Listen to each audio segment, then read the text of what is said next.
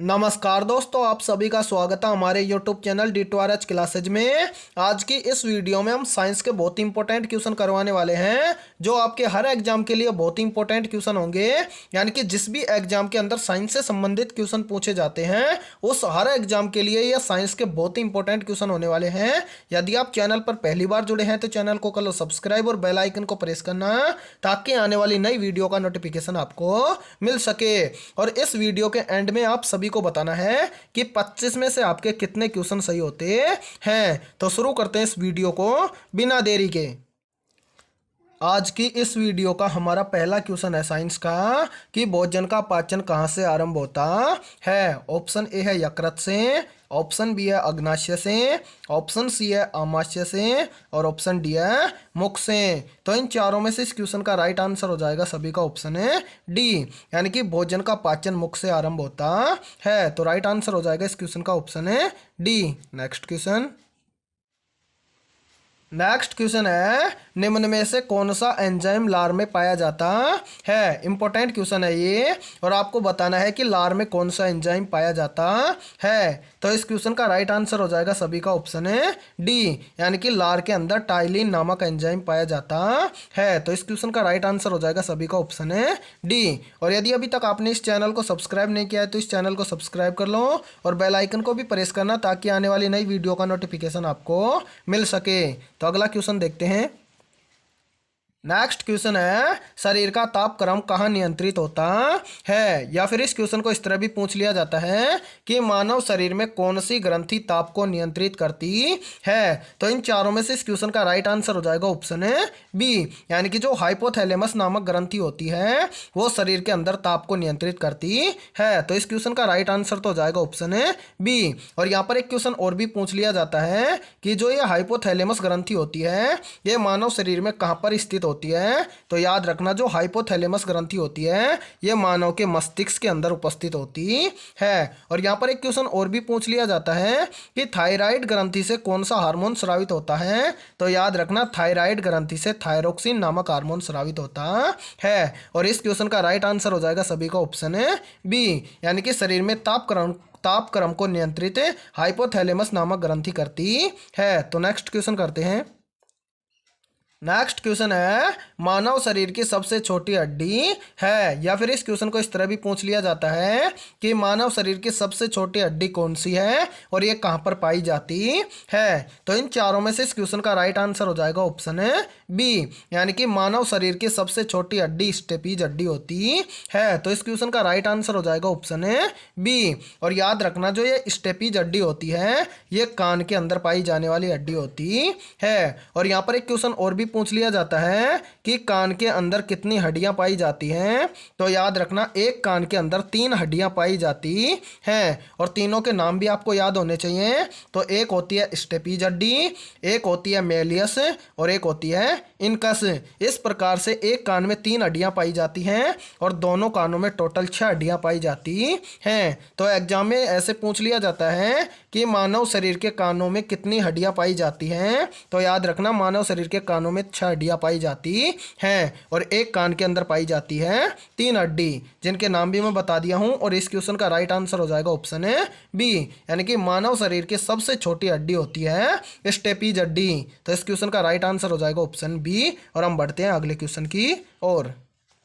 Next question है बहुत ही important question है ये भी, कि शरीर की सबसे बड़ी ग्रंथि कौन सी है। ऑप्शन ए है यकृत ग्रंथि, ऑप्शन बी है आमाशय ग्रंथि, ऑप्शन सी है लार ग्रंथि और ऑप्शन डी है थायराइड ग्रंथि। तो इन चारों में से इस क्वेश्चन का राइट आंसर हो जाएगा ऑप्शन है ए, यानी कि जो हमारे शरीर के अंदर यकृत ग्रंथि पाई जाती है वो शरीर की सबसे बड़ी ग्रंथि होती है। तो इस क्वेश्चन का राइट आंसर हो जाएगा ऑप्शन है ए। और आप यहाँ पर देख सकते हैं कि जो ये आमाशय के जस्ट सामने होती है ये होती है यकृत ग्रंथि, और जो पित्रस होता है इसका निर्माण भी इस यकृत ग्रंथि के अंदर ही होता है। तो याद रखना, और याद रखना जो ये यकृत ग्रंथि होती है इसी को लीवर भी बोला जाता है। तो आपको ऑप्शन में लीवर भी मिल सकता है, तो इसको भी याद रखना कि मानव शरीर की सबसे बड़ी ग्रंथि लीवर ग्रंथि या यकृत ग्रंथि होती है। और इस क्वेश्चन का राइट आंसर हो जाएगा ऑप्शन है ए। नेक्स्ट क्वेश्चन करते हैं।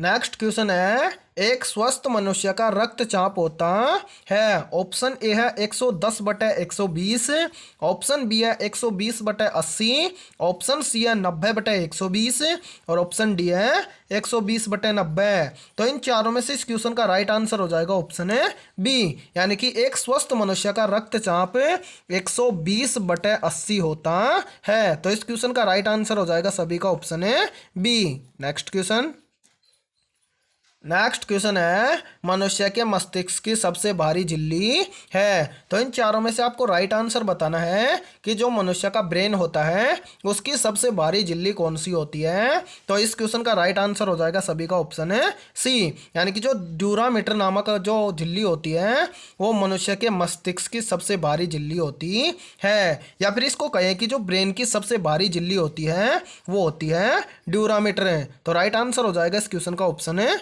सी। नेक्स्ट क्वेश्चन, नेक्स्ट क्वेश्चन है, मछलियां किस अंग से श्वास लेती हैं। यानी कि आपको यहाँ पर राइट आंसर बताना है कि जो मछलियां होती हैं वो किस अंग की सहायता से श्वास लेती हैं। ऑप्शन ए है नाक की सहायता से, ऑप्शन बी है त्वचा की सहायता से, ऑप्शन सी है गिल्स की सहायता से और ऑप्शन डी है मुंह की सहायता से। तो इस क्वेश्चन का राइट आंसर हो जाएगा सभी का ऑप्शन है सी, यानी कि एक होता है गिल्स, यानी कि गिल्स होते हैं ये मछलियों के अंदर पाए जाते हैं और इन्हीं गिल्स की सहायता से जो मछलियां होती हैं वो श्वास लेती हैं। तो इस क्वेश्चन का राइट आंसर हो जाएगा ऑप्शन है C. Next question, next question है, रक्त किस प्रकार का ऊतक है। ऑप्शन ए है पेशीय ऊतक, ऑप्शन बी है संयोजी ऊतक, ऑप्शन सी है तंत्रिका तंत्र वाला ऊतक और ऑप्शन डी है उपकला ऊतक। तो इन चारों में से इस क्वेश्चन का राइट आंसर हो जाएगा ऑप्शन है बी, यानी कि जो रक्त होता है वो तरल संयोजी ऊतक होता है। तो इस क्वेश्चन का राइट आंसर हो जाएगा सभी का ऑप्शन है बी। और यहाँ पर एक चीज और भी याद रखना, पूछ लिया जाता है कई बार एग्जाम में कि मानव शरीर में रक्त की मात्रा कितनी होती है। तो मानव शरीर के अंदर रक्त की मात्रा होती है 5 से 6 लीटर। और यहाँ पर एक क्वेश्चन और भी पूछ लिया जाता है कि जो रक्त होता है इस रक्त का पीएच मान कितना होता है। तो याद रखना रक्त का पीएच मान होता है 7.4 और इस क्वेश्चन का राइट आंसर हो जाएगा ऑप्शन है बी, यानी कि रक्त एक प्रकार से संयोजी ऊतक होता है। तो इस क्वेश्चन को राइट आंसर तो हो जाएगा ऑप्शन बी। और एक क्वेश्चन का आंसर आप सभी को देना है कमेंट सेक्शन में कि जो रक्त होता है वो क्षारीय प्रकृति का होता है या फिर अम्लीय प्रकृति का। तो नेक्स्ट क्वेश्चन देखते हैं। नेक्स्ट क्वेश्चन है, पित्त स्रावित होता है। ऑप्शन ए है हृदय से, ऑप्शन बी है आमाशय से, ऑप्शन सी है आहार नाल से और ऑप्शन डी है यकृत से। तो इन चारों में से आपको राइट आंसर बताना है कि पित्त कहाँ से स्रावित होता है। तो इस क्वेश्चन का राइट आंसर हो जाएगा सभी का ऑप्शन है डी, यानी कि जो पितरस होता है इसका श्रावण या निर्माण यकृत के अंदर होता है। और यहाँ पर एक क्वेश्चन और भी पूछ लिया जाता है कि पित्त इकट्ठा कहाँ पर होता है। तो याद रखना पित्त का निर्माण तो होता है यकृत के अंदर और इकट्ठा होता है पित्ताशय के अंदर और इसका पीएच मान होता है 7.7। और इस क्वेश्चन का राइट आंसर हो जाएगा सभी का ऑप्शन है डी। बहुत ही इंपॉर्टेंट क्वेश्चन होने वाले हैं आज की इस वीडियो में, तो इस वीडियो को आपको कंप्लीट देखना है और इस वीडियो को ज़्यादा से ज़्यादा शेयर भी करना है, क्योंकि इस वीडियो में हम साइंस के 25 इंपॉर्टेंट क्वेश्चन करवाने वाले हैं जो आपके हर एग्जाम के लिए बहुत ही इंपॉर्टेंट क्वेश्चन होंगे जिनके अंदर साइंस से संबंधित क्वेश्चन पूछे जाते हैं। तो नेक्स्ट क्वेश्चन कर लेते हैं।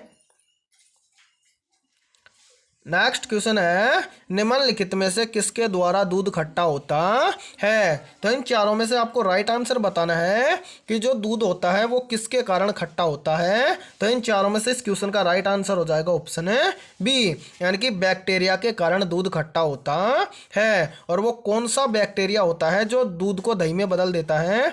तो वो एक प्रकार से जो लैक्टोबैसिलस प्रक्रिया होती है उसके द्वारा दूध दही में परिवर्तित हो जाता है और दही के अंदर ही पाया जाता है लैक्टोबैसिलस नामक जीवाणु जो शरीर के लिए लाभकारी होता है। और जो दूध खट्टा होता है वो होता है बैक्टीरिया के कारण। तो इस क्वेश्चन का राइट आंसर हो जाएगा सभी का ऑप्शन है बी। नेक्स्ट क्वेश्चन करते हैं। नेक्स्ट क्वेश्चन है, कुत्ते के काटने से जिस विषाणु के द्वारा घात रोग उत्पन्न होता है क्या कहलाता है। तो इन चारों में से इस क्वेश्चन का राइट आंसर हो जाएगा ऑप्शन है डी, यानी कि कुत्ते के काटने से जिस विषाणु के द्वारा घात रोग उत्पन्न होता है वो हाइड्रोफोबिया कहलाता है। तो इस क्वेश्चन का राइट आंसर हो जाएगा सभी का ऑप्शन है डी। नेक्स्ट क्वेश्चन करते हैं। नेक्स्ट क्वेश्चन है मनुष्य के रक्त का पीएच मान कितना होता है। ऑप्शन ए है 7.9, ऑप्शन बी है 7.7, ऑप्शन सी है 7.4 और ऑप्शन डी है 8.4। तो इन चारों में से इस क्वेश्चन का राइट आंसर हो जाएगा ऑप्शन है सी, यानी कि जो मनुष्य का रक्त होता है उसका पीएच मान होता है 7.4। तो राइट आंसर हो जाएगा इस क्वेश्चन का ऑप्शन है सी। और यहाँ पर याद रखना जो मनुष्य का रक्त होता है वो एक प्रकार से क्षारीय होता है और ये एक तरल संयोजी ऊतक होता है, यानी कि टिश्यू होता है। तो इसको भी याद रखना आप। और आप किस तरह से याद रखेंगे कि कोई पदार्थ अम्लीय है या क्षारीय है, तो याद रखना जिसका पीएच मान 7 से अधिक होगा वो क्षारीय होगा, और जिसका पीएच मान 7 से कम होगा वो होगा अम्लीय, और जिसका पीएच मान केवल 7 होगा वो होगा उदासीन। तो आप इस तरह से याद रख सकते हैं कि कोई पदार्थ अम्लीय है तो उसका पीएच मान होगा 7 से कम, और जिसका पीएच मान 7 से अधिक होगा वो होगा क्षारीय। तो यहाँ पर जो हमारा रक्त होता है वो एक प्रकार से क्षारीय प्रकृति का होता है, और इसका पीएच मान हो जाएगा 7.4 और राइट आंसर कर लेंगे इसका ऑप्शन सी। तो नेक्स्ट क्वेश्चन कर लेते हैं। नेक्स्ट क्वेश्चन है मनुष्य के शरीर में पसलियों की संख्या होती है, यानी कि इस क्वेश्चन के अंदर आप सभी को बताना है कि जो मनुष्य होता है उसके अंदर पसलियों की संख्या कितनी होती है। ऑप्शन ए है 10 जोड़ी, ऑप्शन बी है 12 जोड़ी, ऑप्शन सी है 14 जोड़ी और ऑप्शन डी है 11 जोड़ी। तो इन चारों में से इस क्वेश्चन का राइट आंसर हो जाएगा सभी का ऑप्शन है बी, यानी कि मनुष्य के शरीर के अंदर पसलियों की संख्या 12 जोड़ी होती है, और संख्या केवल दी हुई हो तो होती है 24, यानी कि मनुष्य के शरीर में 24 पसलियां होती हैं, और यहाँ पर आपको जोड़ी में दिया हुआ है तो यहाँ पर हो जाएगा 12 जोड़ी पसलियां मनुष्य के शरीर के अंदर पाई जाती हैं। तो इस क्वेश्चन का राइट आंसर हो जाएगा सभी का ऑप्शन है बी। अभी तक आपने हमारे इस चैनल को सब्सक्राइब नहीं किया है तो जल्दी से इस चैनल को सब्सक्राइब कर लो, और बेल आइकन को भी प्रेस करना ताकि आने वाली नई वीडियो का नोटिफिकेशन आपको मिल सके। तो अगले क्वेश्चन देखते हैं।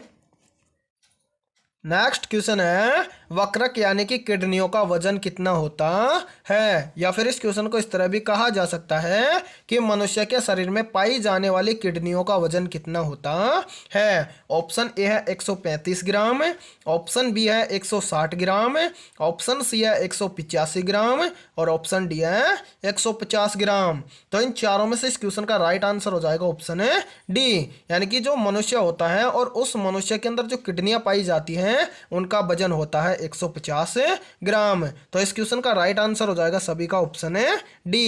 नेक्स्ट क्वेश्चन करते हैं। नेक्स्ट क्वेश्चन है इंसुलिन की कमी से उत्पन्न होने वाला रोग कौन सा है। ऑप्शन ए है दमा, ऑप्शन बी है टीबी, ऑप्शन सी है डायबिटीज और ऑप्शन डी है ये तीनों। तो इन चारों में से आपको राइट आंसर बताना है कि इंसुलिन की कमी से उत्पन्न होने वाला रोग कौन सा है। तो इस क्वेश्चन का राइट आंसर हो जाएगा सभी का ऑप्शन है सी, यानी कि इंसुलिन की कमी से डायबिटीज यानी कि मधुमेह नामक रोग होता है। तो इस क्वेश्चन का राइट आंसर हो जाएगा ऑप्शन है सी। और यहाँ पर एक क्वेश्चन और भी पूछ लिया जाता है कि इंसुलिन का निर्माण कहां पर होता है, या इंसुलिन हार्मोन होता है ये कहां पर उत्पन्न होता है, तो ये होता है अग्नाशय ग्रंथि के अंदर है। तो इसको भी याद रखना, काफी बार एग्जाम में ऐसे पूछ लिया जाता है क्वेश्चन है कि इंसुलिन का निर्माण कहां पर होता है, तो इंसुलिन का निर्माण होता है अग्नाशय ग्रंथि के अंदर है। तो इस क्वेश्चन का राइट आंसर हो जाएगा ऑप्शन है सी, यानी कि इंसुलिन की कमी से उत्पन्न होने वाला रोग है डायबिटीज। तो नेक्स्ट क्वेश्चन करते हैं।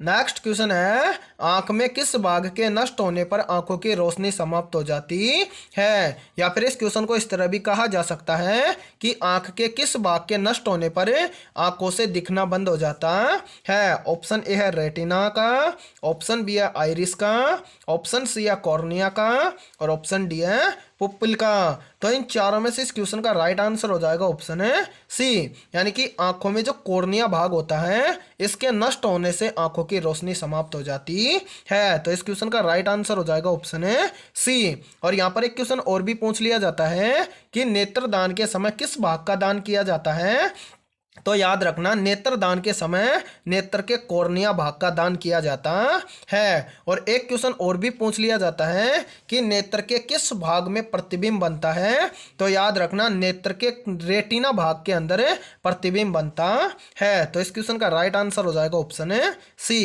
नेक्स्ट क्वेश्चन करते हैं। नेक्स्ट क्वेश्चन है लाल रक्त कण का निर्माण होता है, या फिर इस क्वेश्चन को इस तरह भी पूछ लिया जाता है कि आरबीसी का निर्माण कहाँ पर होता है। ऑप्शन ए है हृदय में, ऑप्शन बी है लाल अस्थि मज्जा में, ऑप्शन सी है लसिका में और ऑप्शन डी है पीत अस्थि मज्जा में। तो इन चारों में से आपको राइट आंसर बताना है कि आरबीसी यानी कि लाल रक्त कण का निर्माण कहाँ पर होता है। तो इस क्वेश्चन का राइट आंसर हो जाएगा ऑप्शन है बी, यानी कि जो आरबीसी होती है उसका निर्माण होता है लाल अस्थि मज्जा के अंदर है। अस्थि मज्जा दो प्रकार की होती है, अस्थि मज्जा को ही इंग्लिश में बोला जाता है बोन मैरो, और ये दो प्रकार की होती है, एक होती है पीत अस्थि मज्जा और एक होती है लाल अस्थि मज्जा। तो यानी कि जो हमारी रेड बोन मैरो होती है या लाल अस्थि मज्जा होती है, इसके अंदर होता है आरबीसी का निर्माण। तो इस क्वेश्चन का राइट आंसर हो जाएगा ऑप्शन है बी। यहाँ पर एक क्वेश्चन और भी पूछ लिया जाता है कि आरबीसी का जीवन काल कितने दिन का होता है। तो याद रखना आरबीसी का जीवन काल 120 दिन का होता है। तो नेक्स्ट क्वेश्चन कर लेते हैं। नेक्स्ट क्वेश्चन है कशेरुक दंड में हड्डियों की कुल संख्या कितनी होती है, या फिर हम इस क्वेश्चन को इस तरह भी कह सकते हैं कि जो कशेरुक दंड होता है उसमें कुल हड्डियों की संख्या कितनी पाई जाती है। ऑप्शन ए है 63, ऑप्शन बी है 52, ऑप्शन सी है 42 और ऑप्शन डी है 33। तो इस क्वेश्चन का राइट आंसर हो जाएगा ऑप्शन है डी, यानी कि कशेरुक दंड के अंदर जो हड्डियां होती हैं वो टोटल 33 होती हैं। तो राइट आंसर हो जाएगा इस क्वेश्चन का ऑप्शन है डी। नेक्स्ट क्वेश्चन करते हैं। नेक्स्ट क्वेश्चन है मानव शरीर में रक्त कहाँ शुद्ध होता है। ऑप्शन ए है हृदय में, ऑप्शन बी है फेफड़ों में, ऑप्शन सी है वक्रक यानी कि किडनियों में और ऑप्शन डी है धमनियों में। तो इस क्वेश्चन का राइट आंसर हो जाएगा सभी का ऑप्शन है सी, यानी कि वक्रकों के अंदर जो मानव रक्त होता है वो शुद्ध होता है। तो इस क्वेश्चन का राइट आंसर हो जाएगा ऑप्शन है C. Next question. Next question है मनुष्य के हृदय का स्पंदन 1 मिनट में कितनी बार होता है, या फिर हम इस क्वेश्चन को इस तरह भी कह सकते हैं कि 1 मिनट में मनुष्य का हृदय कितनी बार धड़कता है। तो इस क्वेश्चन का राइट आंसर हो जाएगा ऑप्शन है ए, यानी कि 1 मिनट में मनुष्य का हृदय 72 बार धड़कता है। तो राइट आंसर हो जाएगा इस क्वेश्चन का ऑप्शन है ए। और यहाँ पर याद रखना एक क्वेश्चन और भी पूछ लिया जाता है कि मनुष्य 1 मिनट में श्वास कितनी बार लेता है। तो इसको याद रखना 1 मिनट में व्यक्ति श्वास लेता है 16 से 17 बार, और 1 मिनट में जो मनुष्य का हृदय होता है वो धड़कता है 72 बार। तो इन दोनों क्वेश्चनों में आपको कंफ्यूज नहीं होना है, दोनों के दोनों बहुत इंपॉर्टेंट क्वेश्चन है। तो इन दोनों को याद रखना कि 1 मिनट में व्यक्ति श्वास लेता है लगभग 16 से 17 बार, और 1 मिनट में जो मनुष्य का हृदय होता है वो 72 बार धड़कता है। तो राइट आंसर हो जाएगा इस क्वेश्चन का ऑप्शन है ए। नेक्स्ट क्वेश्चन करते हैं। नेक्स्ट क्वेश्चन है किस रक्त समूह को सर्वदाता कहा जाता है। ऑप्शन ए है ए रक्त समूह को, ऑप्शन बी है बी रक्त समूह को, ऑप्शन सी है ए बी रक्त समूह को और ऑप्शन डी है ओ रक्त समूह को। तो इस क्वेश्चन का राइट आंसर हो जाएगा ऑप्शन है डी, यानी कि जिस व्यक्ति का ब्लड ग्रुप ओ होता है वो सर्वदाता होता है। और आपको एक ट्रिक से भी याद रख सकते हो, यानी कि जो सर्वदाता है यानी कि यूनिवर्सल डोनर होता है, यानी कि जो दान करने वाला होता है। यहाँ पर देखना जो डोनर है इसके अंदर आता है ओ, और यहाँ पर जो ओ रक्त समूह वाला व्यक्ति होता है वो ही होता है सर्वदाता। और एक्सेप्ट करने वाला यानी कि जो सर्वग्राही रक्त समूह वाला व्यक्ति होता है वो होता है ए बी, यानी कि एक्सेप्ट यानी ए से स्टार्ट होता है। तो यानी कि याद रखना जो ए बी रक्त समूह वाला व्यक्ति होता है वो होता है सर्वग्राही, और सर्वदाता होता है ओ रक्त समूह। तो दोनों के दोनों इंपॉर्टेंट क्वेश्चन है, इनको भी पूछा जाता है काफी बार एग्जाम में, तो याद रखना। और इस क्वेश्चन का राइट आंसर हो जाएगा ऑप्शन है डी। तो नेक्स्ट क्वेश्चन कर लेते हैं। नेक्स्ट क्वेश्चन है कि विटामिन डी का रासायनिक नाम क्या है। तो आप सभी को इन चारों में से राइट आंसर बताना है कि जो विटामिन डी होता है इसका रासायनिक नाम क्या होता है, या फिर विटामिन डी का रासायनिक नाम क्या है। तो इस क्वेश्चन का राइट आंसर हो जाएगा सभी का ऑप्शन है डी, यानी कि जो कैल्सीफेरोल होता है ये विटामिन डी का रासायनिक नाम होता है। तो राइट आंसर हो जाएगा इस क्वेश्चन का ऑप्शन है डी। और यहाँ पर एक क्वेश्चन और भी पूछ लिया जाता है कि विटामिन डी की कमी से कौन सा रोग होता है। विटामिन डी की कमी से रिकेट्स नामक रोग होता है। तो इस क्वेश्चन का राइट आंसर हो जाएगा ऑप्शन है डी, यानी कि विटामिन डी का रासायनिक नाम होता है कैल्सीफेरोल। तो नेक्स्ट क्वेश्चन करते हैं। नेक्स्ट क्वेश्चन है मानव शरीर में आयोडीन की कमी से उत्पन्न होने वाला रोग है। तो इन चारों में से इस क्वेश्चन का राइट आंसर हो जाएगा ऑप्शन ए, यानी कि जो ग्वाइटर नामक रोग होता है वो शरीर में आयोडीन की कमी से उत्पन्न होता है, और आयोडीन की कमी से ही उत्पन्न होते हैं घेंगा और गलगंड रोग। तो ये तीनों के तीनों सेम है, यानी कि जो सारे के सारे यानी तीनों रोग हैं ग्वाइटर, गलगंड और घेंगा, ये सारे के सारे जो हमारे गले के अंदर थायराइड ग्रंथि होती है वो थायरोक्सिन हार्मोन उत्पन्न करने के लिए आयोडीन की आवश्यकता होती है थायराइड ग्रंथि को। और जब आयोडीन की कमी हो जाती है तो हमारे गले के अंदर गलगंड यानी कि जो घेंगा या गलगंड या फिर ग्वाइटर नामक रोग उत्पन्न हो जाते हैं। तो इस क्वेश्चन का राइट आंसर हो जाएगा ऑप्शन ए। नेक्स्ट क्वेश्चन करते हैं। लास्ट क्वेश्चन है हमारा 25 नंबर है कि किडनी का मुख्य कार्य क्या होता है, या फिर इस क्वेश्चन को ऐसे भी कहा जा सकता है कि किडनियों का मुख्य कार्य क्या होता है। तो सभी का राइट आंसर हो जाएगा इस क्वेश्चन का ऑप्शन है ए, यानी कि जो किडनियां होती हैं उनका मुख्य कार्य होता है शरीर से अपशिष्ट पदार्थों का उत्सर्जन करना।